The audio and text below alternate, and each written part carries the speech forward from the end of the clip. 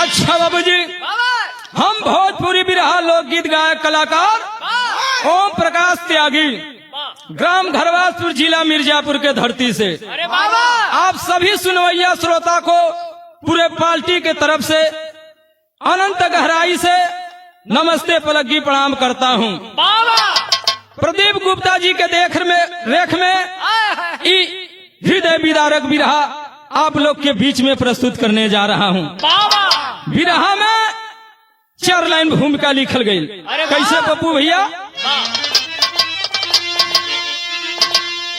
काल रेखा न देखा जगत में कोई, किस घड़ी किसके सर ऊपर आ जाएगी। मौत मंजिल का कोई ठिकाना नहीं, किस कदर किसके घर ऊपर छा जाएगी। रोक पाए खुदा खुद खुदाई नहीं, बस जुदाई ले नयनों में बरसात को। जिंदगी जालिम जगदीश है बुलबुला, चाहे दिन में फूटे या फूटे रात को।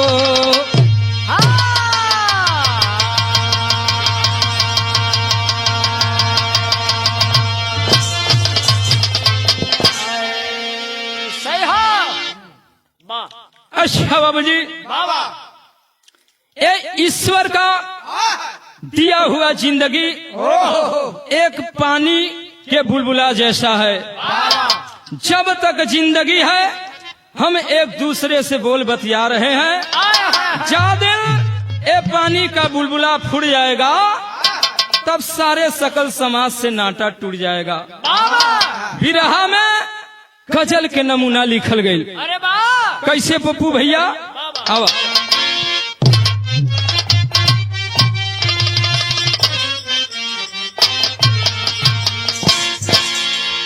हमरे मास्टर साहब गीत बजौलन, गजल के नमूना बा।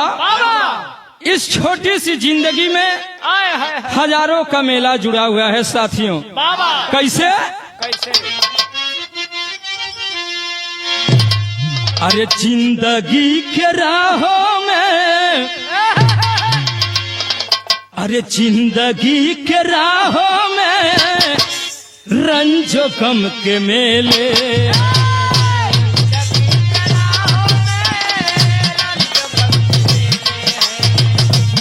क्या बात है, क्या बात है।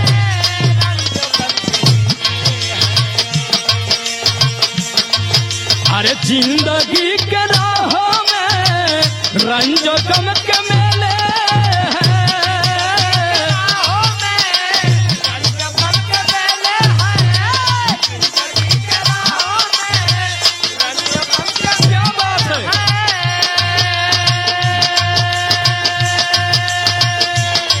अरे भीड़ है कयामत की, भीड़ है कयामत की, फिर भी हम अकेले।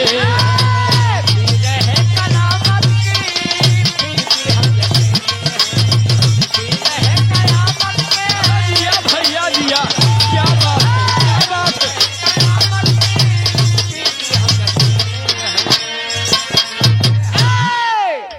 ए बाबू, इस जिंदगी में बाबूजी हजारों का मेला जुड़ा हुआ है, लेकिन कवि जी बड़ा सुंदर लाइन भाव में लिखलन। कैसे मास्टर साहब?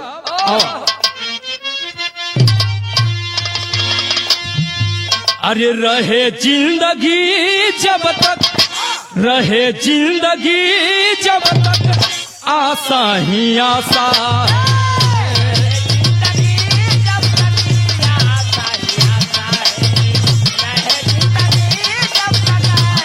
बहादुर जिया, क्या बात है, क्या बात है। अरे रहे जिंदगी जब आशा ही आशा जब तक आशा ही आशा है, रहे जिंदगी जब तक आशा ही आशा है।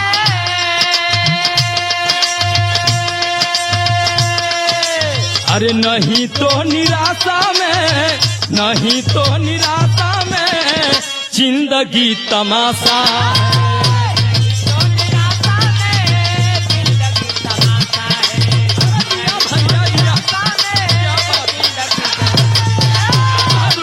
क्या बात है। जिंदगी तमाशा ए बाबू, एक जने से कहानी का शुरुआत भइल। कैसे मास्टर साहब?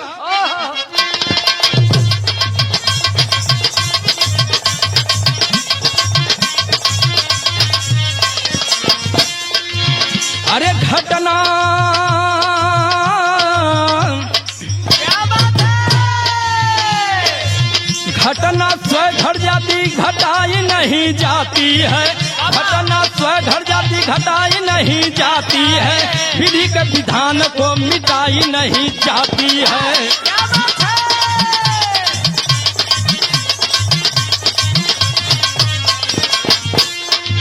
जिला मिर्जापुर में एक संत नगर थाना है, जिला मिर्जापुर में एक संत नगर थाना है, पटेहरा ब्लॉक तो सब ही का जाना माना है। क्या बात है।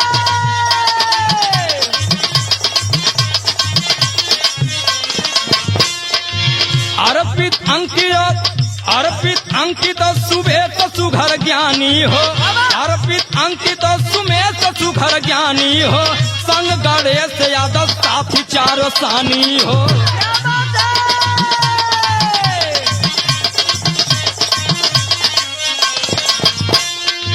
प्रोजेक्ट मालादीप नगर पढ़ाई करते थे, प्रोजेक्ट मालादीप नगर पढ़ाई करते थे, दोस्त चारों बचपन में आपस में आहे भरते थे।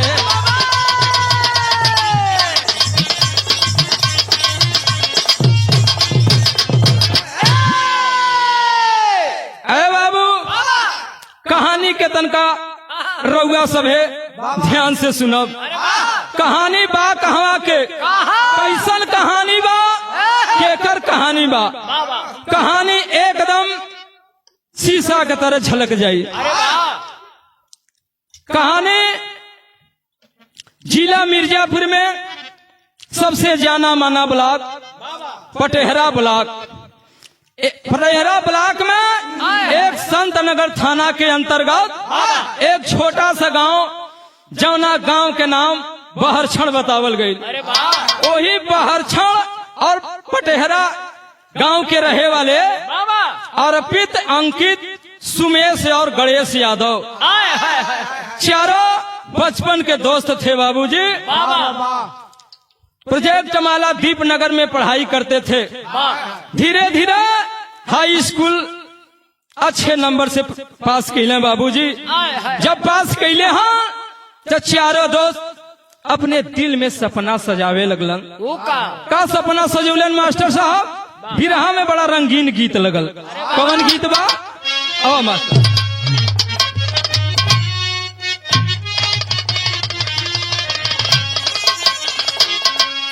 ये हमारे मास्टर साहब गीत बजौलन। कौनो दुल्ही अपने दुल्हा से एक दिन टेलीफोन लगाई के कहलत कि सैया गौना कराई के तू परदेश चल गईला, लेकिन हमरे दिल पर का गुजरत बा।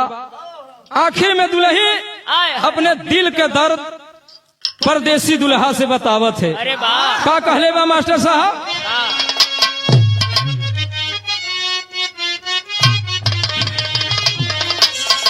यह कहा थे, अरे बड़ा याद आवे, बड़ा याद आवे पिया से प्यार का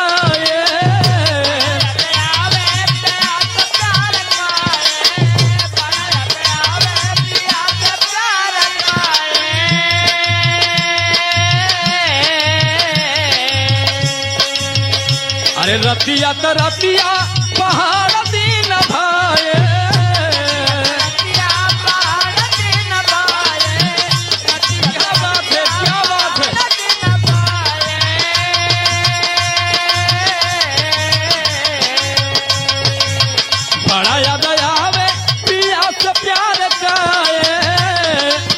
रतिया के रतिया पहाड़ दिन भाए और चली गई राजा हो चली गई राजा हो करे तो दौलत के क्या बात है चली गई राजा हो करे जा दौलत के दिलवा ले गई राजा बोतल में भरी कैला राजा बोतल में भरी भैया दिया क्या बात है क्या बोतल में भरी के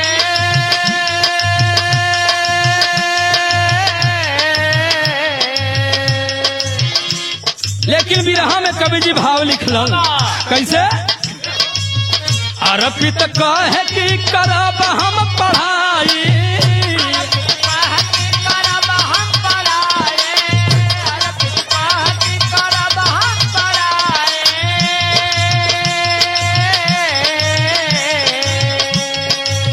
डॉक्टर बन के करब सेवकाए बन के करब हम सेवकाए डॉक्टर बन के करब हम दिया शेर दिया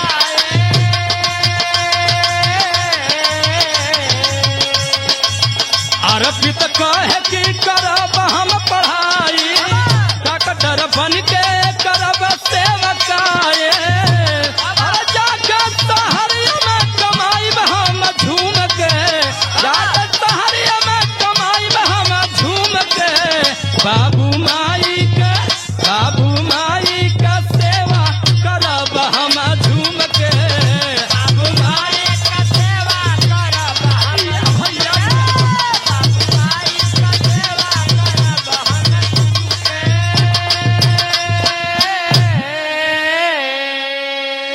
अरे अंकित कहेला मरब हम बाजी पहला मरादा हम बाड़े अंकित पहला मरादा हम बाड़े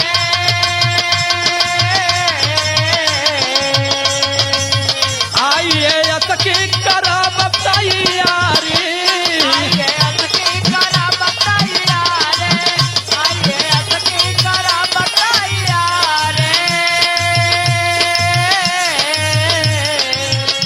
अरे करब कमाई सुमेश बोला झूम के करब कमाई सुमेश बोला झूम के बाबू माई का सेवा करब हम झूम के बाबू माई का सेवा करब हम झूम माई का सेवा दिया भैया ए बाबू चारों दोस्त आपस में बात विचार करत होंगे कि भैया हम पढ़ लिख के डॉक्टर बनना चाहता हूँ डॉक्टर बन करके शहर में जाए के जनता का सेवा करना चाहता हूँ तब तक दूसर का दोस्त भी बोल पड़ा कि भैया हम भी पढ़ लिख करके IAS की तैयारी करके एक बड़ा अधिकारी बनना चाहता हूँ अधिकारी बन करके अपने गांव जवार का नाम रोशन करना चाहता हूँ तब तक तीसर का दोस्त बोल पड़ल कि भैया हम भी पढ़ लिख के सोचत है कि छोट मोट नौकरी करके अपने परिवार अपने बाबू माई के सेवा कर सकी तब तक बाबूजी यहर गणेश यादव चौथा दोस्त गणेश यादव दोस्त चारों दोस्तों से कहे लगलन कि भैया हम पढ़ लिख के कुछ बनल चाहत है का बनल चाहत है बिरहा में तर्ज लिखल गई कौन तर्ज है मास्टर साहब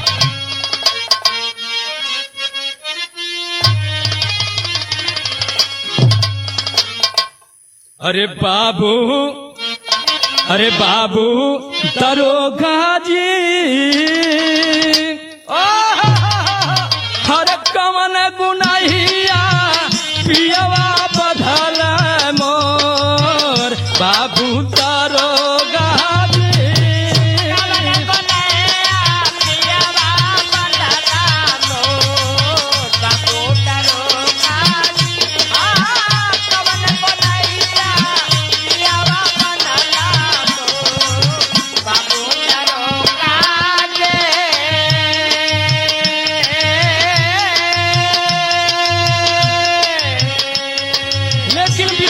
कवि जी बड़ा सुंदर लाइन लिखला कैसे हर बोल गणेशा सरहद ऊपर आ जाए हमारे भैया हो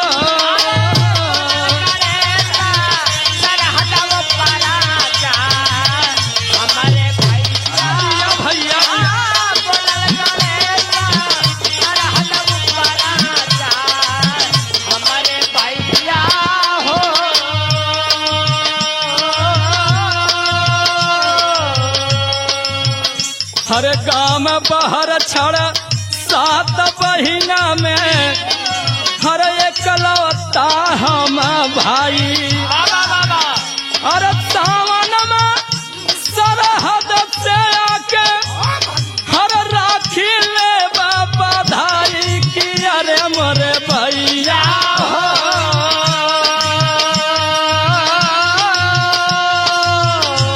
हर अरे मोरे भैया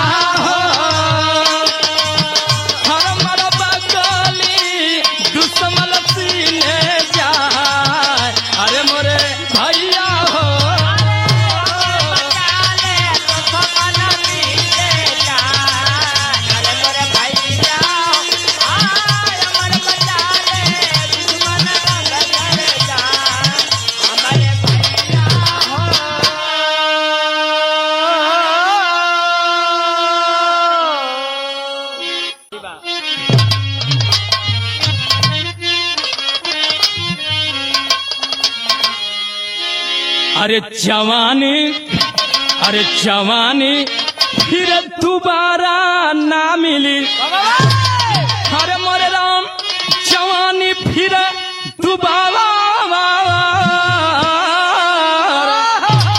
अरे जवानी फिर दोबारा ना मिली अरे रखबा आन मान सम्मान वतन का पानी अरे हो पानी अरे हो पानी अरे हो पानी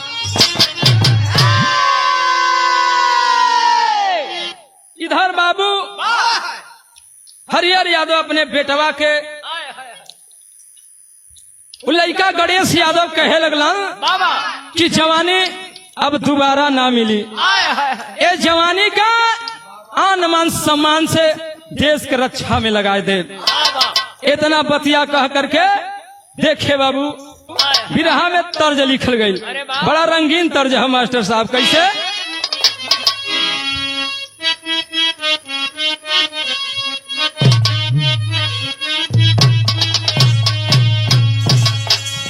ये हमारे मास्टर साहब गीत बजौलन देखे इलाहाबाद के गवैया बड़ा मशहूर रहलन स्वर्गीय हैदर अली जुगनू जी गाँव में कैसे गाँव में मास्टर साहब अरे झकोरा मारे झूलानी अरे झकोरा मारे झूलानी साड़ी लहराए हो झकोरा मारे झूलानी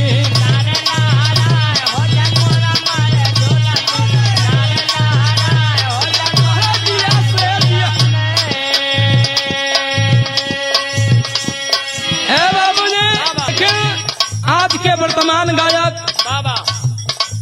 ओम प्रकाश दीवाना जी यही गीतिया के गौलन कैसे गौलन अरे बनावा तनी खैनी अरे बनावा तनी खैनी सुना बुढ़ाऊ दादा हो बनावा तनी खैनी सुना बुढ़ाऊ दादा हो बनावा तनी खैनी सुना बुढ़ाऊ दादा हो बनावा तनी खैनी अरे मैं हर ना चुनौती दहला अरे मैं हर ना चुनौती दहला धैले बाबे चैनी बनावा तनी खैनी अरे बनावा तनी खैनी सुना बुढ़ाऊ दादा हो बनावा तनी खैनी सोना बुढ़ाऊ दादा हो बनावा तनी खैनी सोना बुढ़ाऊ दादा हो बनावा तनी खैनी ए बाबूजी लेकिन कवि जी बिरहा में बड़ा सुंदर लाइन लिखलन कैसे मास्टर अरे धिया नावा लगाय के अरे धिया नावा लगाय के पढ़े चारो लाल हो धिया नावा लगाय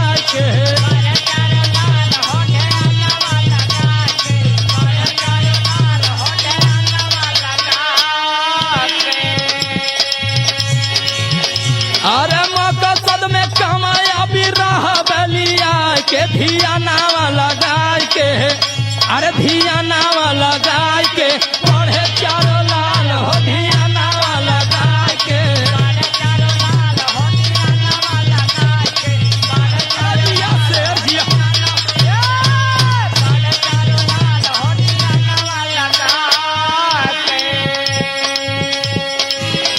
अरे साथे साथे खाना पीना सोना या पढ़ाई,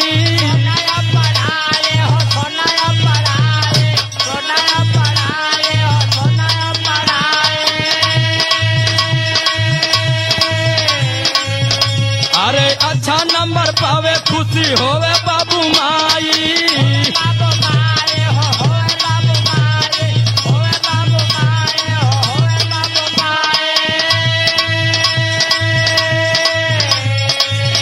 अरे बचपन का साथी रहे संगवानी बाई के धिया नावा लगाए के पढ़े चारों लाल हो धिया नावा लगाए के। धिया नावा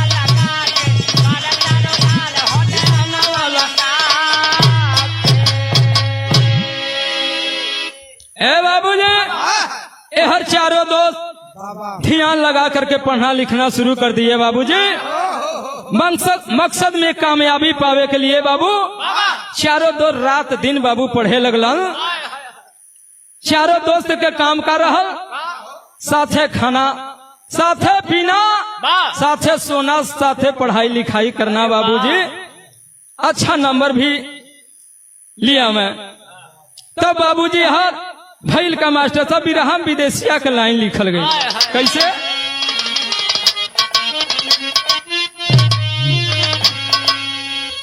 अरे लेकिन होना हारी टारी हर सके ना जहां में कोई, हर आयल साता जूना साना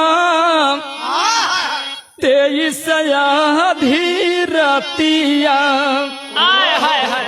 हर चारों साथी कहीं मोटर साइकिलिया से आवत रहल, हर बरवा में कई के बरतिया बाबूजी। हर बीच रहिया में टेकटर टाली लेके इटावा हो, हर खड़ा धिया रे रहली देखे ना संगतिया,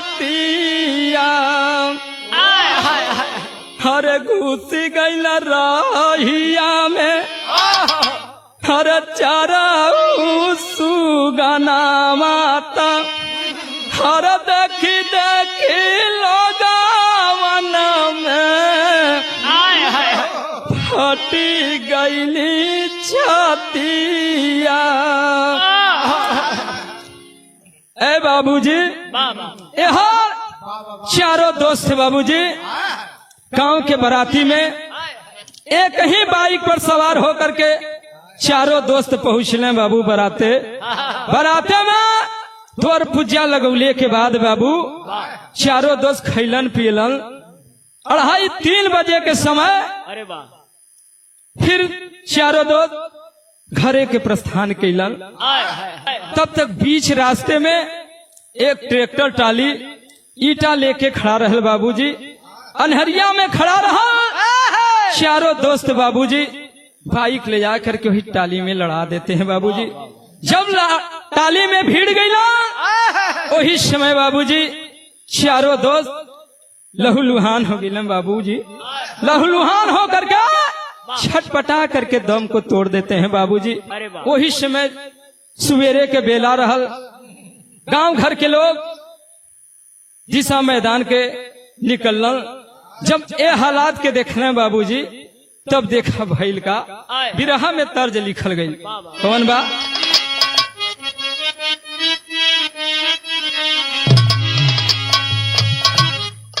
यह गीत बा, अरे हमारे घुघुटा पर हो अरे हमारे घुघुटा पर बैठे मैना चिराई उड़ावाला से नहीं उड़े हो।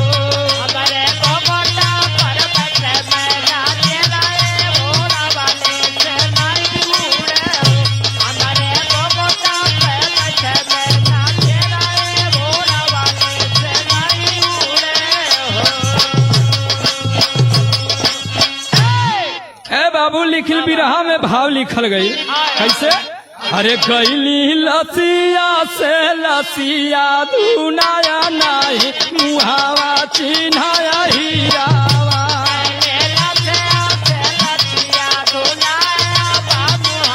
चिन्हाया हीरावा।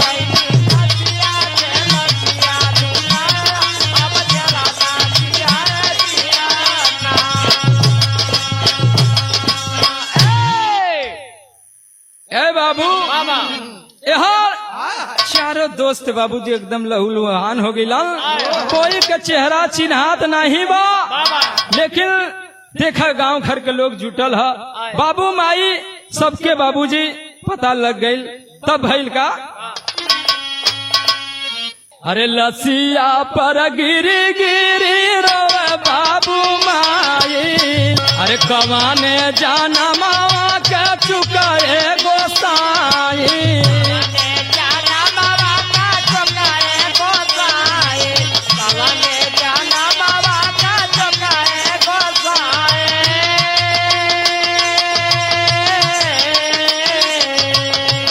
अरे नैया धारा पीछे दिहाला डूबाया हो दिया नवा बुझाया हीरावा।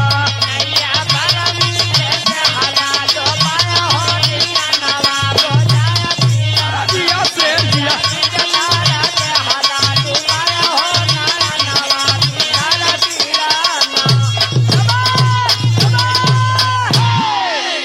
ए बाबूजी सुबेरा का बेला रहल। गांव घर के लोग जब ये हालात के देख रहे हैं बाबूजी मुंह खुला के खुला रह गया। तब यहाँ लसिया पर बाबू माई बहनी आकर के बाबू गिर के माथा पटक पटक के रोवे लगलिन कि अरे भैया कौन हम जन्म के चूक कह देली कि आज हम ही मुंह देखत है। तब भैल का मास्टर साहब यार हरिहर यादव अपने पेटवा के लाश पर गिर के रोवत हुआ। कैसे रोवत हन बाबू? बिरहा में तर्जबा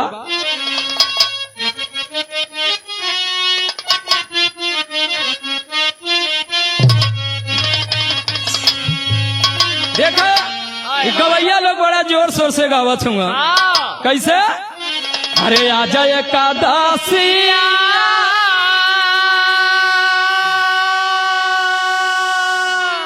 अरे आजा एकादशिया अरे बिहान दुआदशिया तेरसिया के अरे तेरसिया के सैया मोरा मांगे ला गावनावा तेरसिया के ना।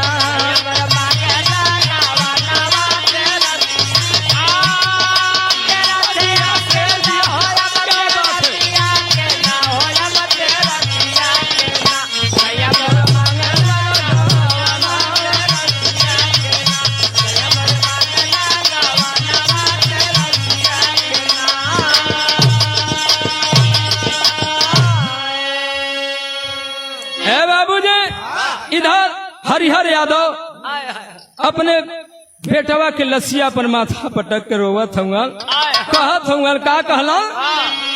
हरे रोवे हरिहरा यादव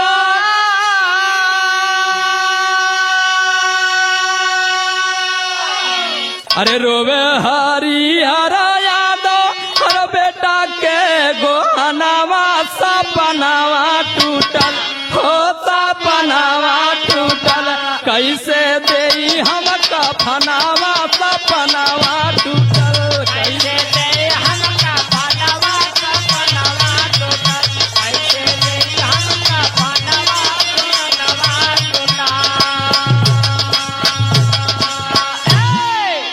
हरे माई बिला खाता ढोवाली माई बिला खाता ढोवाली हरे गोदी नव महीनावा सपनावा टूटल हो सपनावा टूटल कलपी राखी का बंधनवा सपनावा टूटल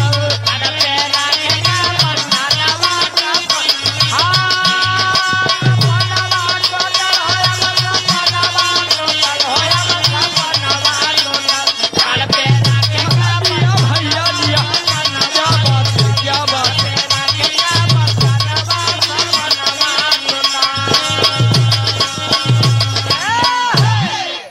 ए बाबूजी इधर हरिहर यादव अपने बेटवा के वियोग में रोवत हुआ कि बेटा जवन हमार सजावल सपना रहल सब टूट गल बेटा सब टूट गल कौने हाथ से बेटा तोहरा के कफन ओढ़ाई जौना हाथ से नेवाला सान के तोहरा मुंह में खियावत रहली बेटा आज वही हाथ से कैसे कफन ओढ़ाई लाल कैसे कफन ओढ़ाई इधर मतारी रोवत है बहिन भी रोवत है कि भैया आज हमने के टुअरा बना के तू कहाँ चल गईला भैया कौना देश चल गईला अब के करा के हम भाई कहो के करा कलाई में राखी बाना भैया रोवत है बाबू भाई बाबू बहन सब लोग रोवत हुआ लेकिन भाई का बिरहा में पहपट लिखल गया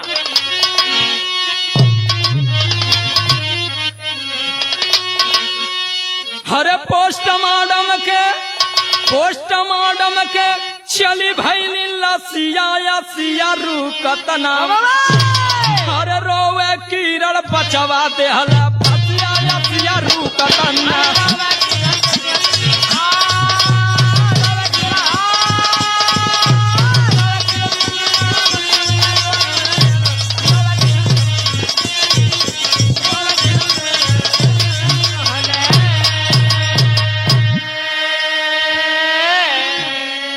हरे बहुत बरजली लेकिन बचवा हरे माने नहीं कहनावा हो हरे मातम में डूब गौआ घर ना जलल दिया नवा हो हरे बजद पटेहरा गाँव मातमी पसिया या सिया रूकतना हरे जीवन भर बनी कैला सत्या नसिया या सिया रूकतना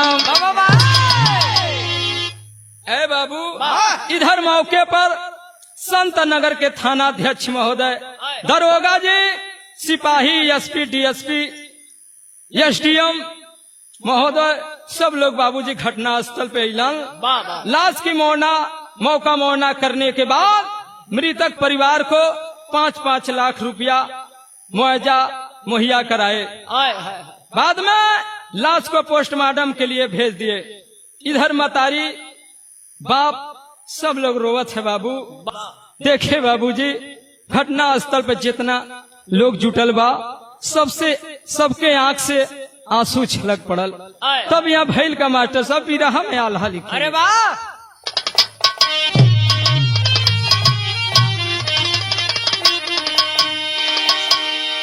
जेकर होला हीराओ के हर पीरा दुनिया में बाबू क्या बात है अरे रोवे इंदु देवी होगा रेजा पिहरा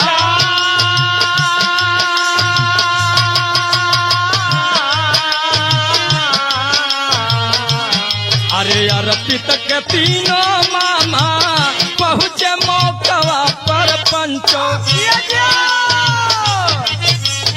अरे रोवे राधे श्याम नाधी राजावा बधा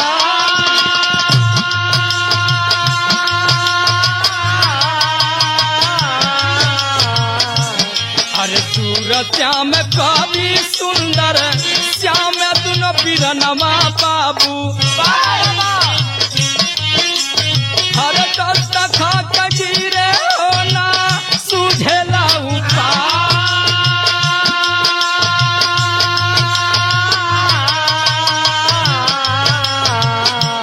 बिरहा रचैया आजा बिरहा में डूबल पंचो हर दो लगा।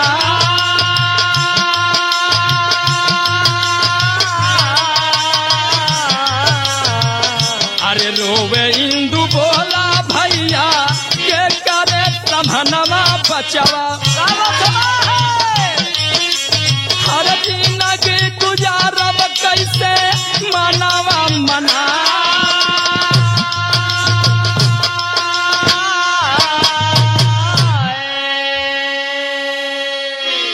ए बाबूजी जवन मतारी अपने बेटवा के पाल पोस के बड़ा करेला ओकरा हीरा जब ए दुनिया छोड़ के चला जाला बाबू तब ओके पीरा होखेला।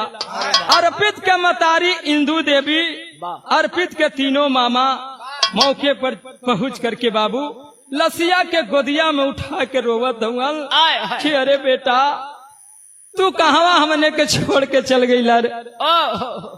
एक ही हमार बहने रहला तू हमने के छोड़ के कौने देश चल गईला।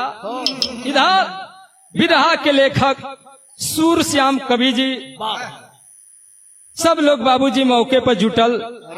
जगदीश कवि जी भी पहुंचलन लेकिन भैल का मास्टर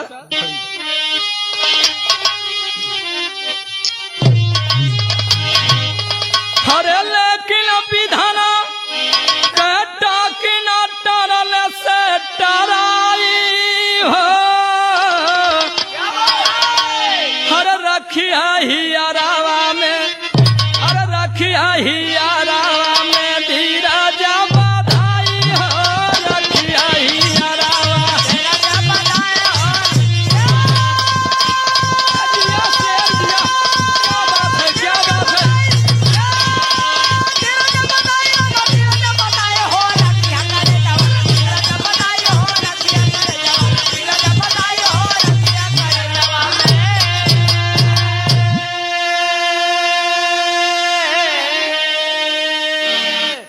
बात है बहिनिया में अकेला बीरनवा। हर कैसा बीतैया बहिनिया पाना सवानावा।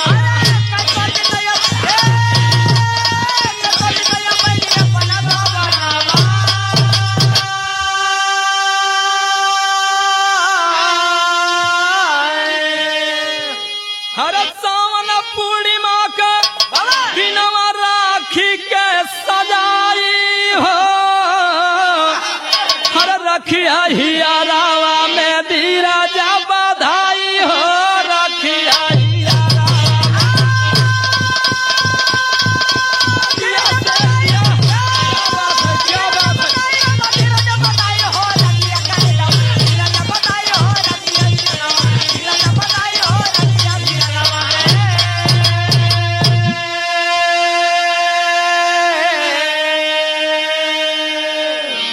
बाबूजी विधना का टाकी कभी टरले से ना टराई हो। 7 बहिन का अकेला भाई गणेश यादव बहनिया रोवत इनकी अब केकरा कलाई में राखी बांधल जाये के भैया गणेश कही के बोलावल जाये। इधर चारों लाश का पोस्टमार्टम करने के बाद लाश का अंतिम दाह संस्कार करावल गई।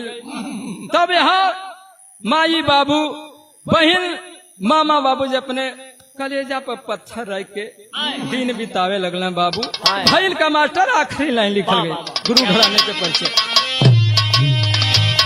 अरे गुरु बिहारी गुरु गने गम में सारा संसार। अरे जगदीश रुक गई लेखनी अरे परस नैना